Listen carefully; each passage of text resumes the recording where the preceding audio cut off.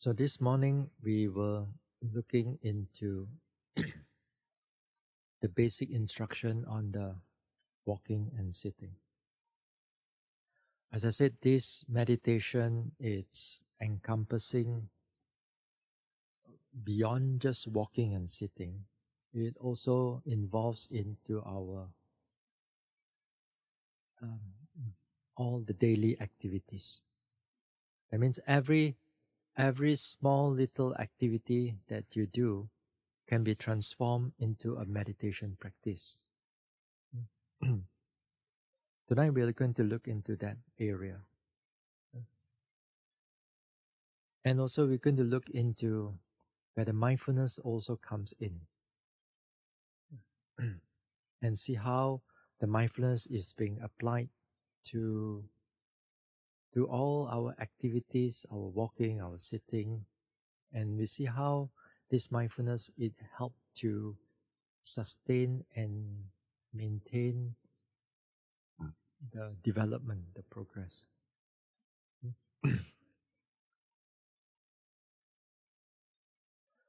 Now, when we look at mindfulness,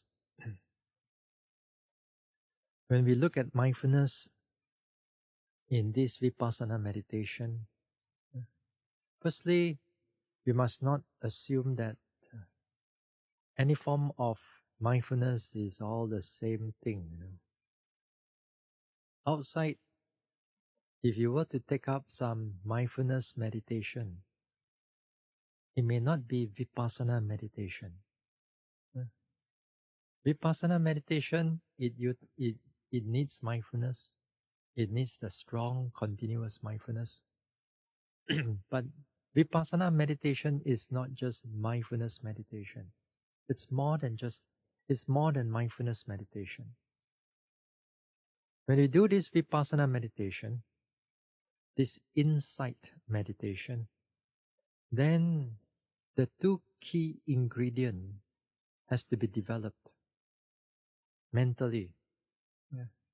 Then the first one is the wisdom factor, the mindfulness factor. The mindfulness is the number one. You must know how to arouse that mindfulness. You must know how to sustain that mindfulness. Then the second ingredient is the wisdom factor. The wisdom factor here is the mind that able to distinguish or discern objects or it's whatever is being faced clearly. And two of them have to come together. And to able for us to again arouse them, sustain them, is part of the whole practice of Vipassana.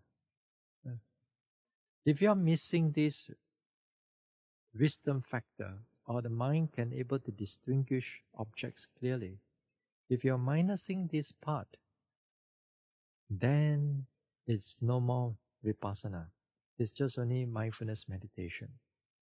And most of the time in the world right now, when we use the word mindfulness meditation, they are just looking at mindfulness. It's the wisdom factor, and it doesn't go into Vipassana. So you have to know exactly what to do, what to push, how to meditate, how to know which direction that you are taking.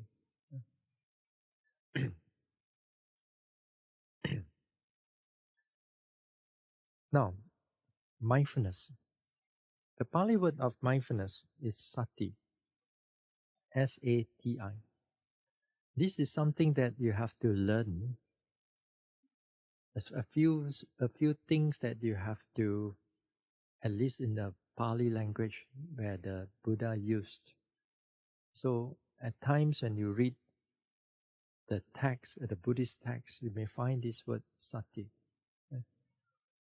Literally, we translate it as mindfulness, but sometimes some people just translate as awareness, presence of mind.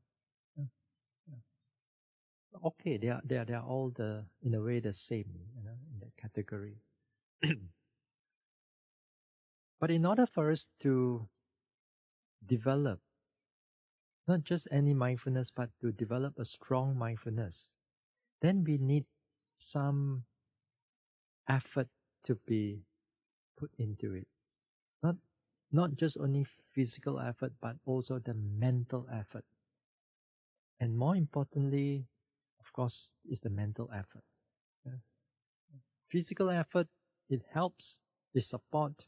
Without the physical effort, like you're walking or you're sitting, if you don't have that, then it's going to be difficult for you to develop the mental effort. Now, this mindfulness here, when you use the word mindfulness, you also have to understand its different aspect of mindfulness. There are different characteristics of mindfulness. In other words, when mindfulness is there, you have to know that it's there. When mindfulness is not there, you have to know that it is not there. So, for example, if you know anger, you are angry right now. You know you are angry because you understand its character. You know you're angry. You are free from that anger. You know that you are free from that anger. Mindfulness is even more difficult because mindfulness and when we are not mindful, when you are at home, you do a lot of things. You are aware, but you are not mindful. You're aware, you're just kind of like you know what is going on, you keep going on with your life. Then that time you are the way I use the English, if I use the word awareness, it's more like it's below mindfulness. But sometimes, as I said, some people translate the word awareness as mindfulness. So I have to make myself clear right now. But as I said, when you read in other books, they are not the same. They may not be the same. Yeah? So, in our everyday life, it's just only this kind of awareness. So we need to bring that mind into mindfulness. Mindfulness is more like a heightened awareness. It's more like a heightened awareness that you have to heighten the awareness in order to know something clearly. So this heightened awareness, it needs a mental effort for you to deliberate, to make the effort in order for you to be aware of something more carefully, more thoroughly. Just like American and British pronunciation a bit different. Talking about that,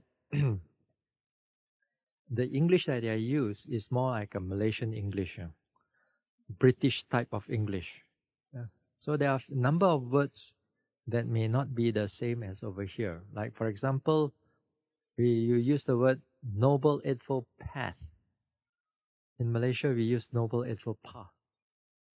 So, it's a bit different. You use the word like, for example, like router. Over here, you use router. In British, you use router. It's different. So as long as you understand me, then fine. It doesn't matter what English I use. So, now, this mindfulness is a heightened awareness, a clear, heightened awareness. And our job is to bring the mind towards it.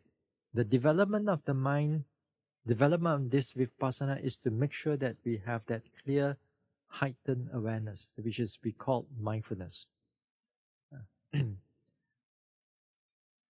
You see that when, for example, when you are doing walking meditation today, especially when you are doing slower phases, like the third phase, when you begin to notice the lifting, pushing, dropping, you carefully pay attention to it. You make deliberate effort mentally and physically to pay attention to the movement, to the sensation of whether it's pressure, hot, cold, then you notice this thing. This is where you are pumping in, you are arousing that mindfulness moment after moment. Yeah, it takes that for you to develop it. But then the thing is that it does not sustain. It cannot that easy for it to sustain. You have to keep on making that effort. Yeah? First phase, second phase, yes, you still have. Not to say you don't have, but in the first phase, in the second phase, perhaps there's a little bit more thinking coming in. So it's not easy for us to maintain on the movement. So the third phase usually it's clearer, it's more noticeable, and you can feel the mindfulness better.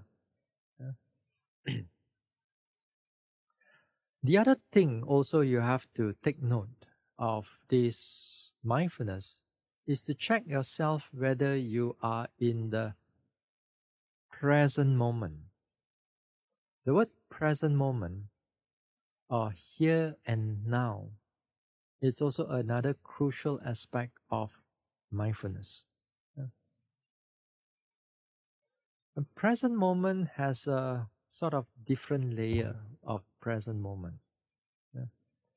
Now, for this meditation, for this vipassana meditation, for this insight meditation, there are two parts. It's that you are totally not mindful. When you are in the past, that means your body is here, but your mind is thinking about the past, thinking about the history, and also in the future. In the future, like you are planning, like you are thinking, that you are, going through all kinds of thoughts about future. Then when you have that, at least you have to acknowledge that you are not in the you are not mindful. Yeah, that one is we have to be clear about it, because sometimes there are meditators who thinks that the more that they can plan, the more that they plan and the more that they have a very clear planning while they are in meditation, they thought that they are doing something good. They thought that how come I cannot think about that when I'm at home, and here all kinds of super plan all comes up, wonderful plans all come up, and that you get caught into its story, into all the planning and thinking. So you got to be careful. So those area, please, you're not mindful anymore. Yeah. Now we come to the present moment. Again, present moment here, there are two types of present moment. Present moment which is not mindful, and present moment which is mindful. The present moment that is not mindful is the one that just now earlier on I mentioned, that you just know what you're doing only. And that's about it. You are brushing your teeth, you are just opening a door, you just walk from one place to another place at home, and you just carry on to do whatever you're doing. There's some degree of presentness there. If not, you may not able to do that activity. So that present moment, it is not mindful. If that present moment, if mindfulness can be done, then you don't have to come for this retreat. You can do it at home. Just because you cannot do it at home, then you come to a retreat, to a meditation retreat.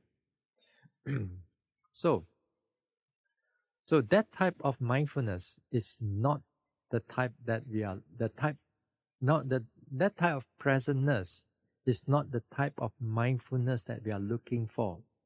Yeah. And we have to make the effort to deliberate, to make the mind to be clearly, heightenedly present right now. Okay? You have to be clear and present right now.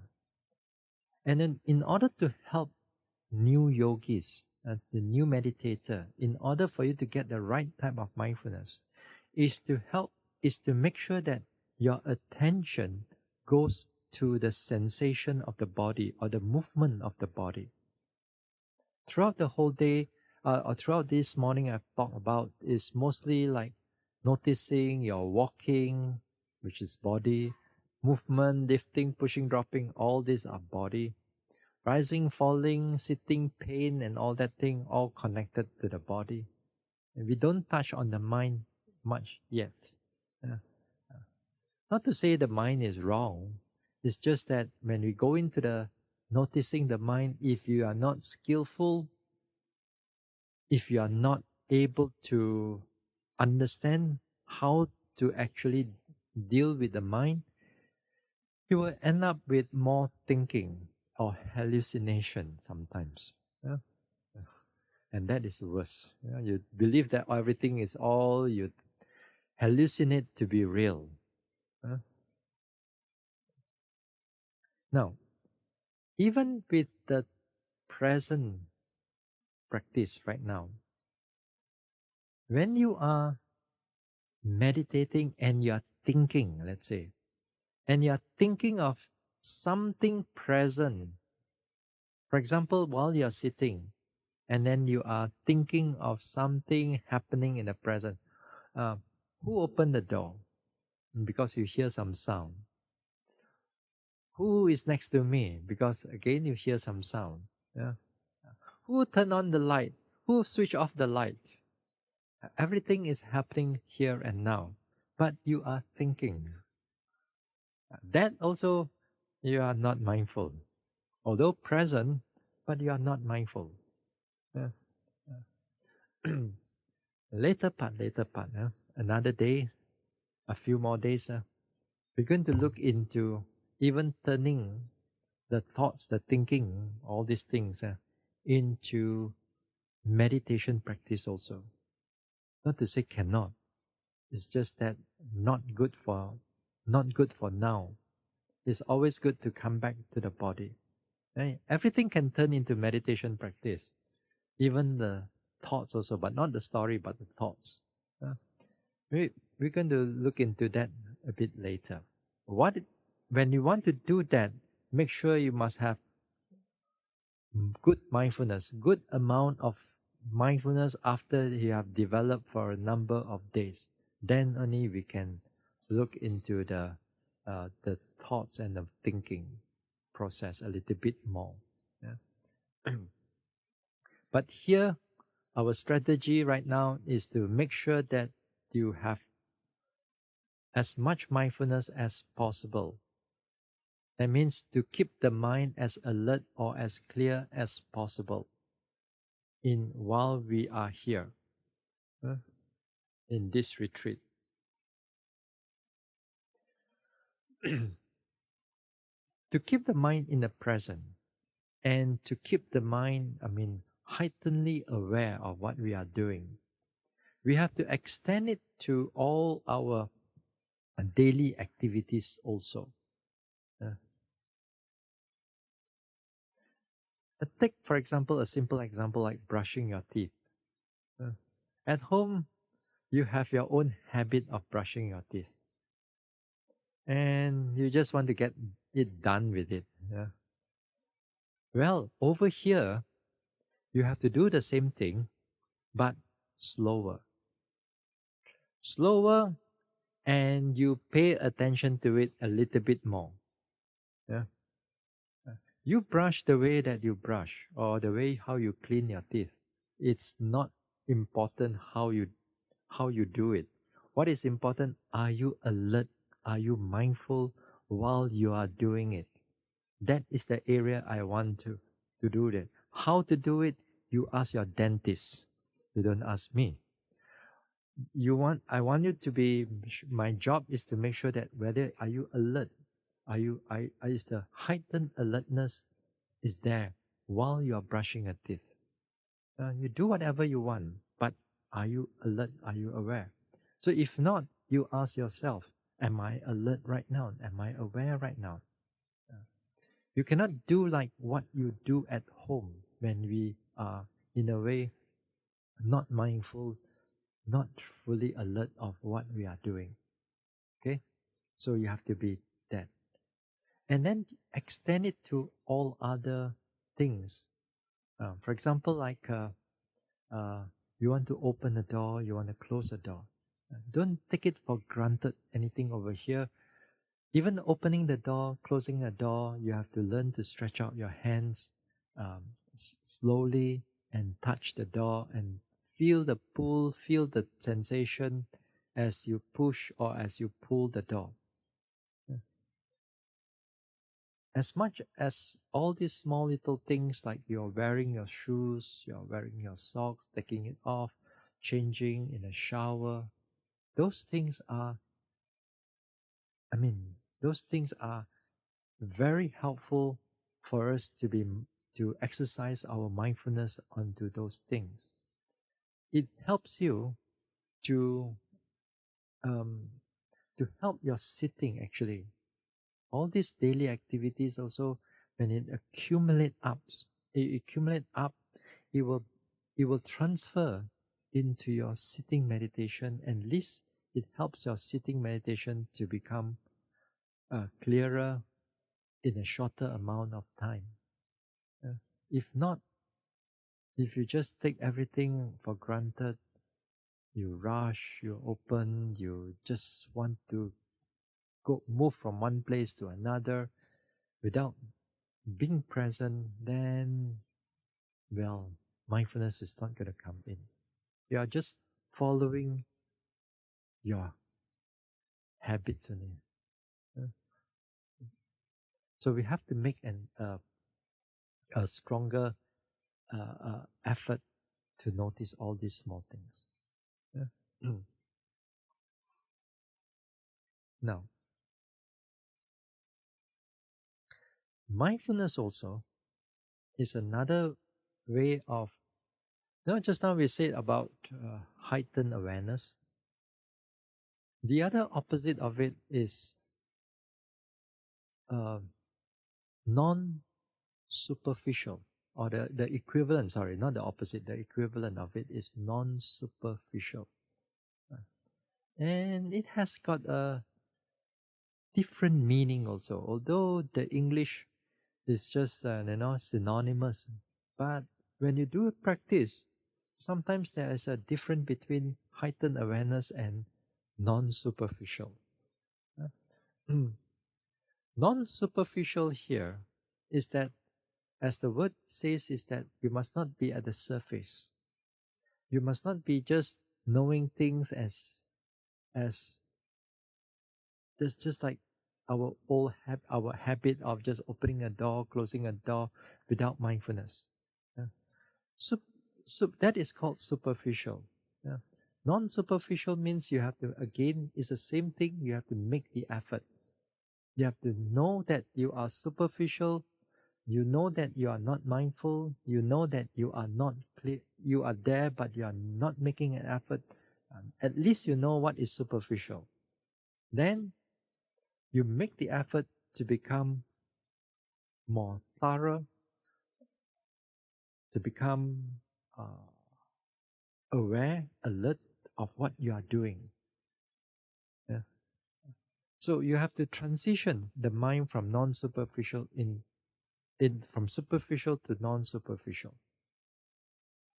So too, like when we pay attention to our rising and falling, we are noticing the movement of this rising and falling. Here, what we need to do is to make sure that we follow them carefully, closely. As it rises, as a rising, falling, as it rises, you put your hand there, put your palm there, put your cushion there, then breathe in naturally as it rise and fall, rise and fall, rise and fall. Take notice of this thing. They will be very helpful. Then, when you take notice of it, if you can notice it a little bit more, like whether it's long, whether it's short, whether it's go faster, whether it's go slower, whether it goes sometimes a bit tight, sometimes very shallow, what is going on with the movement of the rising and falling? Yeah. With that, you begin to notice them in a more clearer, in a clearer manner. Yeah. Some people, when they do this type of meditation, for example, the walking meditation, there are people like when you do this walking meditation, it's just to walk, right step, or just the right face, left, right step, left step, the speed of it, and they do it throughout the whole day or day after day.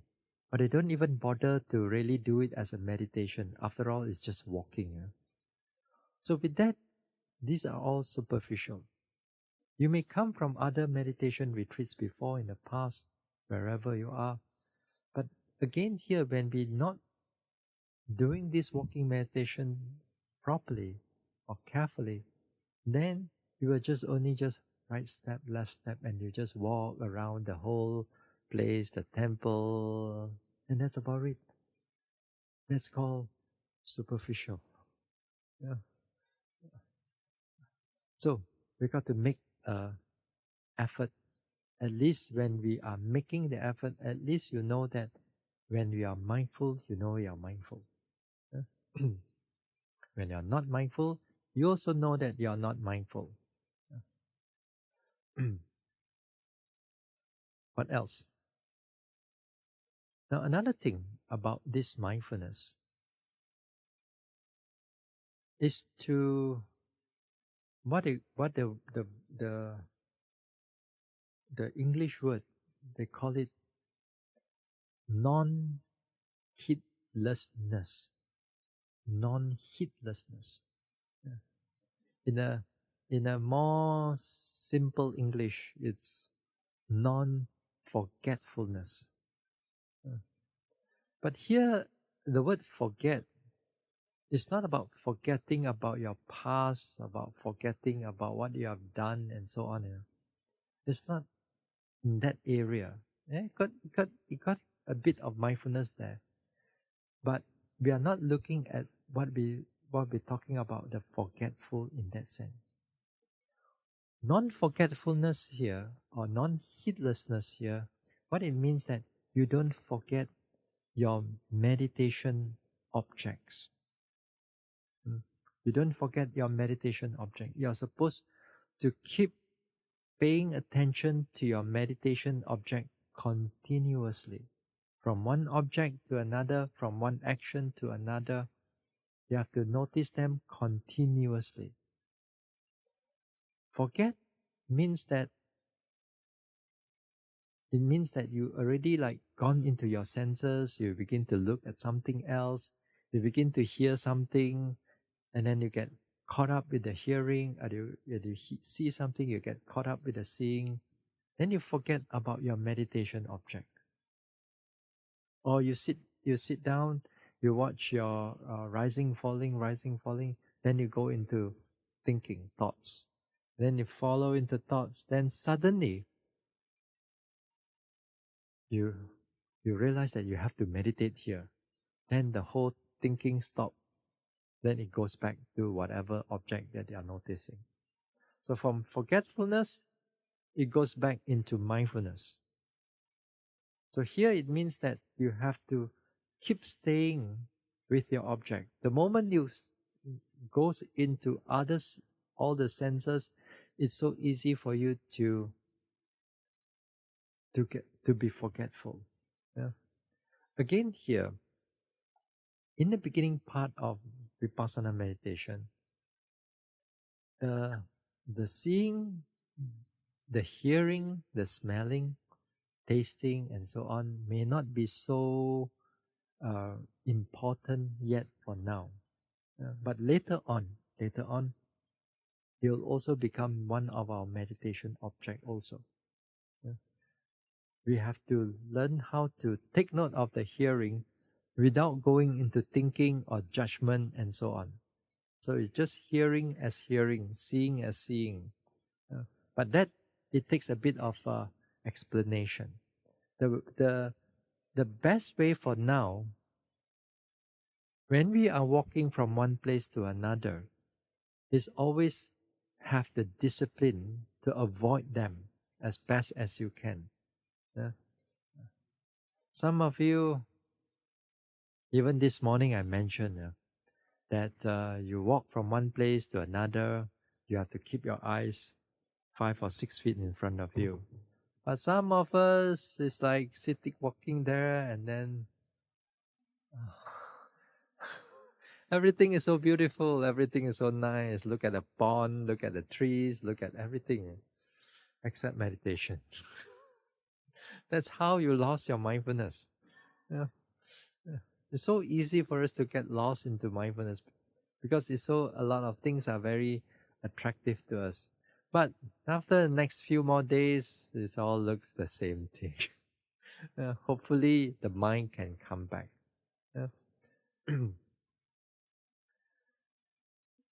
Now, even if like when you are in a dining hall, in a dining hall when you're eating, you also have to eat mindfully. You cannot eat like what you are doing at home. We rush through lunchtime, perhaps, especially those people who are working. 24 hours in your life also is not enough for you. Lunchtime is supposed to give you what? How long you have over here? 1 hour.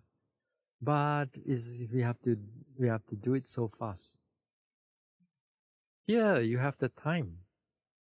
You have to learn to sit down, be mindful of your eating. Now, how do we do this eating meditation then? Now, let's say you start off with a buffet line, and you want to take your food. Okay, you do it mindfully. You know what you want to take. Don't let the mind think too much. After all, there's something for you to choose. It's okay, but then after that, you take it as you do it like your one-face walking meditation, like that. Meaning that you don't do it too fast, you don't do it too slow. You do it in a comfortable phase that your mind can follow the movement of your hands as you take your food onto your bowl. Then slowly bring it to your seat. When you come to your seat, it also like when we want to sit down, we also have to be mindful of, even before you put the buttock on the stool, you have to slowly bring the body down and be mindful, and slowly when you sit down. And then you sit down. After that, do whatever necessary that you need to do. And then after that, you want to start eating, let's say. And then slowly you stretch your hands to the front, or you stretch your chopstick if you can use it. You use your chopstick, you use your fork or your spoon. Everything has to be do it mindfully. Everything has to do it slowly. Not too fast, not too slow, and slowly scoop up the food. Scoop up the food, or to take the food to the mouth and and then later you put your hands down first. Then only you start chewing. Chewing. As you start chewing, you have to label it as chewing, chewing, chewing, chewing, biting, biting, tasting, tasting, tasting. That is how mindfulness to be done. Present moment. You all do that? I look at you in the afternoon. So you got to do something about it. And you got to make an effort to bite, to chew in the present moment, to be aware of what what is going on with the movement and the tasting around in the mouth, inside the mouth. I'm not interested whether you're biting vegetable, rice, or whatever it is. Again, I'm not a chef or a dietitian over here. Again, my job is to make sure, are you mindful of your biting? Are you mindful of your tasting? Are you mindful of your swallowing? So what you do is that when you're biting, you label it as biting, biting, biting, chewing, chewing, chewing, tasting, tasting, tasting, until the body knows it is enough. It wants to start swallowing. Then naturally you let it swallow. Then you label it as swallowing, swallowing, swallowing, until the sensation gone. Then start moving your hand again. You repeat the thing. Yeah. This is how we do eating meditation. Although over here will not, I mean, every now and then I will emphasize. And during the interview also, I may ask you, are you mindful of your eating also? Yeah. So it's like a homework. That you know that the exam is going to come up, or you know the test question is going to come up. So you better start doing something.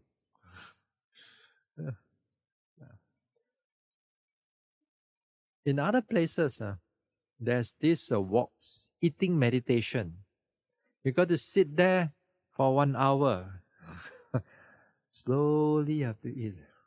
Maybe by the time you have to eat grain by grain of the rice, then just to finish 1 hour. We here, we are okay. You know, you go at your own pace, own pace, eat. But the thing is that you have to eat carefully, eat mindfully. Take your time. We are not rushing anywhere. We are not rushing for time. You are not rushing to work, except you have to work while you are sitting there and be mindful of it. So hopefully tomorrow, I see. Hopefully don't rush. Today I close an eye.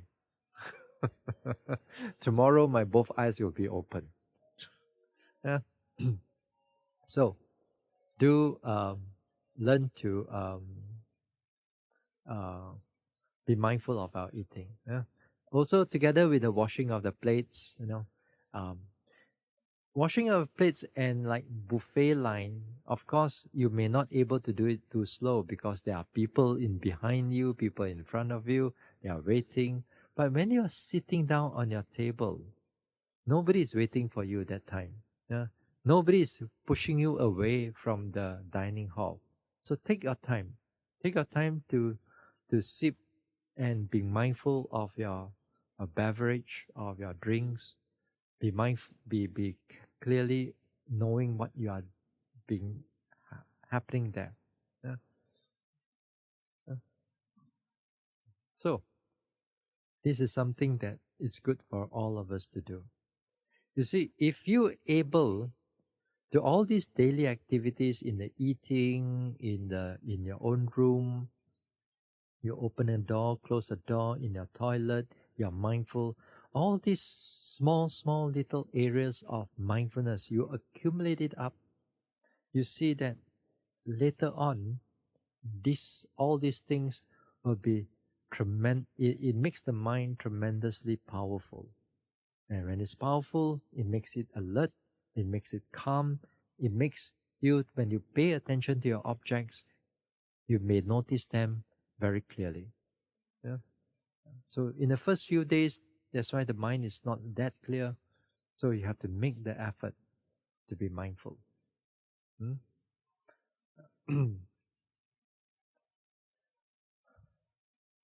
Mindfulness, it goes a long way.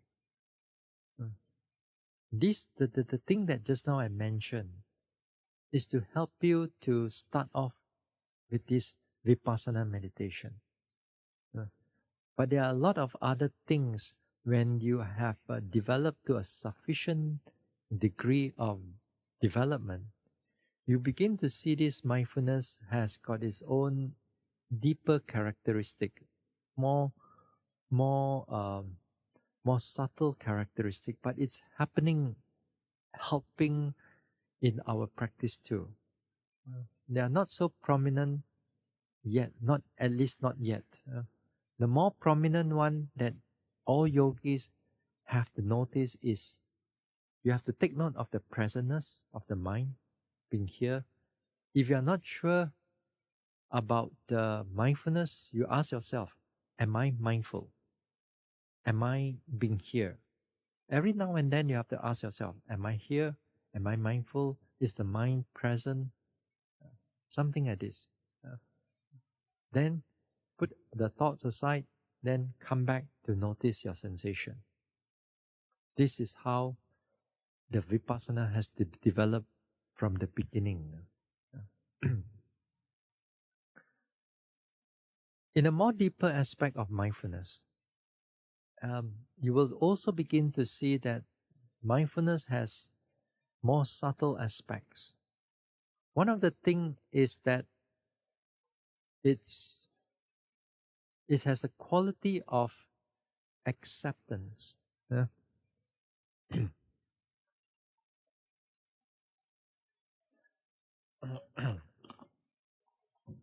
It has the quality of acceptance. Now, the acceptance here is that you're able to acknowledge, especially the unpleasantness that arises in our life, or even in the unpleasantness that arises in our meditation practice. You learn to accept them in the sense that you have to bear up with them, and also in a way things may not go according to what you like or what you desire. Then when things change, you have to have that acceptance there. We're going to see this acceptance a little bit more later part in a few more talks again.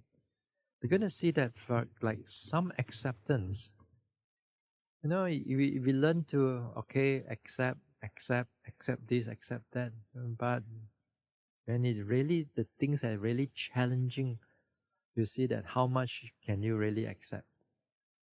One of the area is very difficult for us to accept is that sometimes our own personal thoughts of the past. Somebody has done something to us, you have done something wrong, you cannot forgive yourself, or you cannot forgive them, or you have all the sadness and difficulty that arises through this type of thoughts. You see whether your mind can actually able to accept them fully or not. Then you'll see how much you have, how big your acceptance and how big is your patience. That you'll see. In that time we'll see that how the mindfulness, when it comes in, it helps to reduce that impact, those impact that we carry on in the past or even in the present. The mindfulness helps you to lighten the whole thing. It doesn't make you forget, but it makes you much better to accept the nature of things as they are rather than go against it. Later on we'll talk about it also. What else?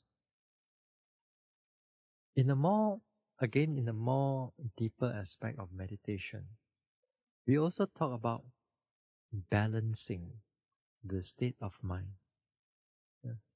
To balance the state of mind. You see, when we meditate this meditation, if the state of minds are not balanced, then you have all kinds of problem except clear and calm and mindful. Not balanced, for example, when the mind goes into a lot of thinking, a lot of restlessness.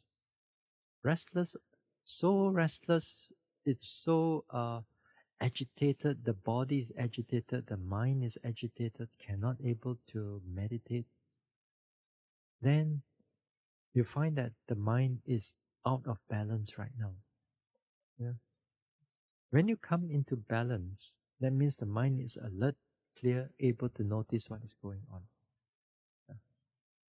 Again, another extreme of not balance is the mind become too calm and too peaceful, and almost like going to blank, nothing, and just blank.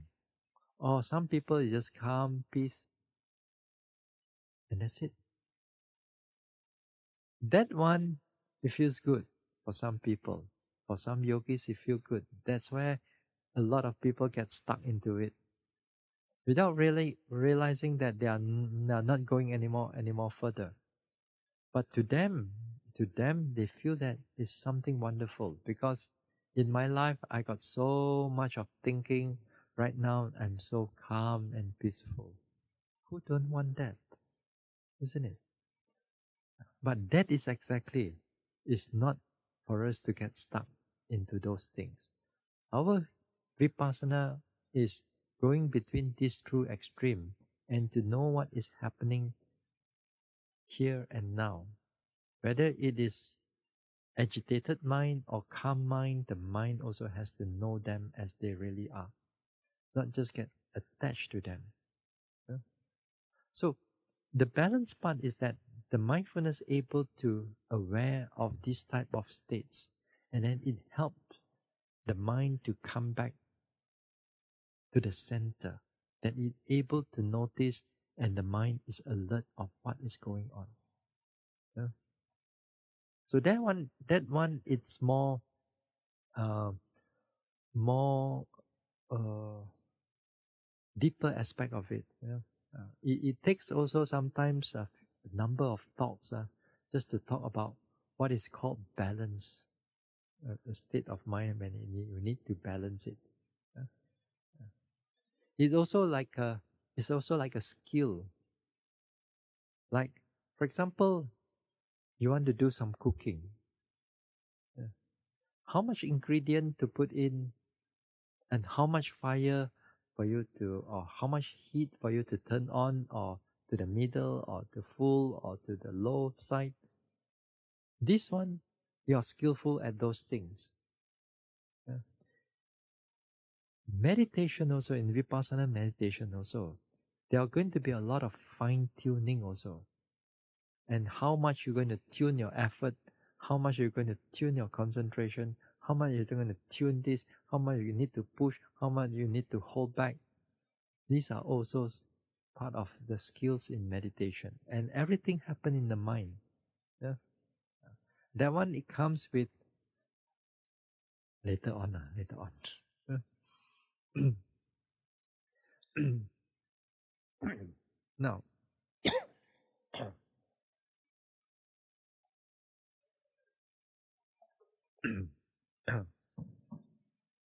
now another area of mindfulness that we have to know for all of us, especially when we do this vipassana meditation,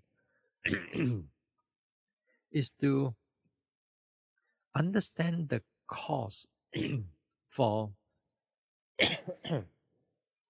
to understand the cause for mindfulness to arise. Okay, to understand the cause. If you want to do mindfulness, you know what to do, but you do not know where to look out for, so that to look out for something that it can immediately trigger mindfulness for it to come in. Yeah.